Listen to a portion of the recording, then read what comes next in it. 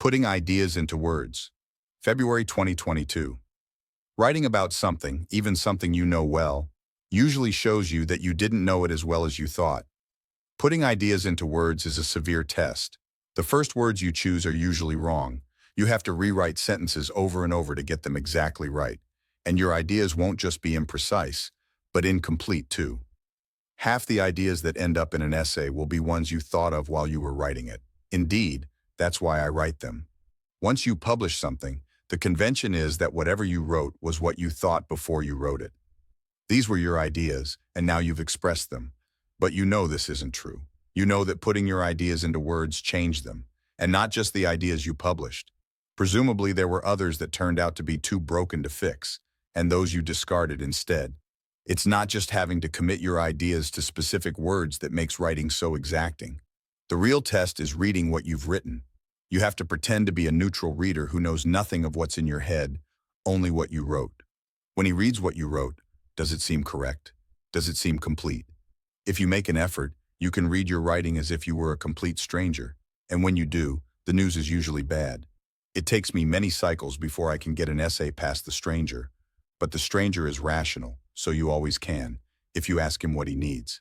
If he's not satisfied because you failed to mention X or didn't qualify some sentence sufficiently, then you mention X or add more qualifications. Happy now? It may cost you some nice sentences, but you have to resign yourself to that. You just have to make them as good as you can and still satisfy the stranger. This much, I assume, won't be that controversial. I think it will accord with the experience of anyone who has tried to write about anything non-trivial. There may exist people whose thoughts are so perfectly formed that they just flow straight into words, but I've never known anyone who could do this. And if I met someone who said they could, it would seem evidence of their limitations rather than their ability. Indeed, this is a trope in movies. The guy who claims to have a plan for doing some difficult thing, and who, when questioned further, taps his head and says, "It's all up here." Everyone watching the movie knows what that means. At best, the plan is vague and incomplete. Very likely there's some undiscovered flaw that invalidates it completely. At best, it's a plan for a plan. In precisely defined domains, it's possible to form complete ideas in your head. People can play chess in their heads, for example. And mathematicians can do some amount of math in their heads, though they don't seem to feel sure of a proof over a certain length till they write it down. But this only seems possible with ideas you can express in a formal language. Arguably, what such people are doing is putting ideas into words in their heads. I can, to some extent, write essays in my head. I'll sometimes think of a paragraph while walking or lying in bed that survives nearly unchanged in the final version. But really, I'm writing when I do this. I'm doing the mental part of writing. My fingers just aren't moving as I do it. You can know a great deal about something without writing about it. Can you ever know so much that you wouldn't learn more from trying to explain what you know? I don't think so. I've written about at least two subjects I know well, list packing and startups. And in both cases, I learned a lot from writing about them.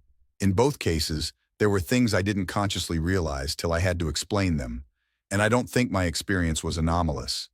A great deal of knowledge is unconscious, and experts have, if anything, a higher proportion of unconscious knowledge than beginners.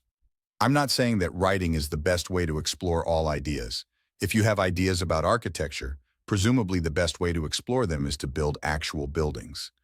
What I'm saying is that however much you learn from exploring ideas in other ways, you'll still learn new things from writing about them. Putting ideas into words doesn't have to mean writing, of course. You can also do it the old way, by talking. But in my experience, writing is the stricter test. You have to commit to a single, optimal sequence of words. Less can go unsaid when you don't have tone of voice to carry meaning. And you can focus in a way that would seem excessive in conversation. I'll often spend 2 weeks on an essay and reread drafts 50 times. If you did that in conversation, it would seem evidence of some kind of mental disorder. If you're lazy, of course, writing and talking are equally useless. But if you want to push yourself to get things right, writing is the steeper hill. The reason I've spent so long establishing this rather obvious point is that it leads to another that many people will find shocking. If writing down your ideas always makes them more precise and more complete, then no one who hasn't written about a topic has fully formed ideas about it. And someone who never writes has no fully formed ideas about anything non-trivial. It feels to them as if they do, especially if they're not in the habit of critically examining their own thinking. Ideas can feel complete. It's only when you try to put them into words that you discover they're not. So if you never subject your ideas to that test, you'll not only never have fully formed ideas but also never realize it. Putting ideas into words is certainly no guarantee that they'll be right. Far from it. But though it's not a sufficient condition, it is a necessary one. Notes, machinery, and circuits are formal languages. I thought of this sentence as I was walking down the street in Palo Alto. There are two senses of talking to someone, a strict sense in which the conversation is verbal, and a more general sense in which it can take any form, including writing. In the limit case, for example, Seneca's letters, conversation in the latter sense becomes essay writing. It can be very useful to talk, in either sense, with other people as you're writing something. But a verbal conversation will never be more exacting than when you're talking about something you're writing. Thanks to Trevor Blackwell, Patrick Collison, and Robert Morris for reading drafts of this.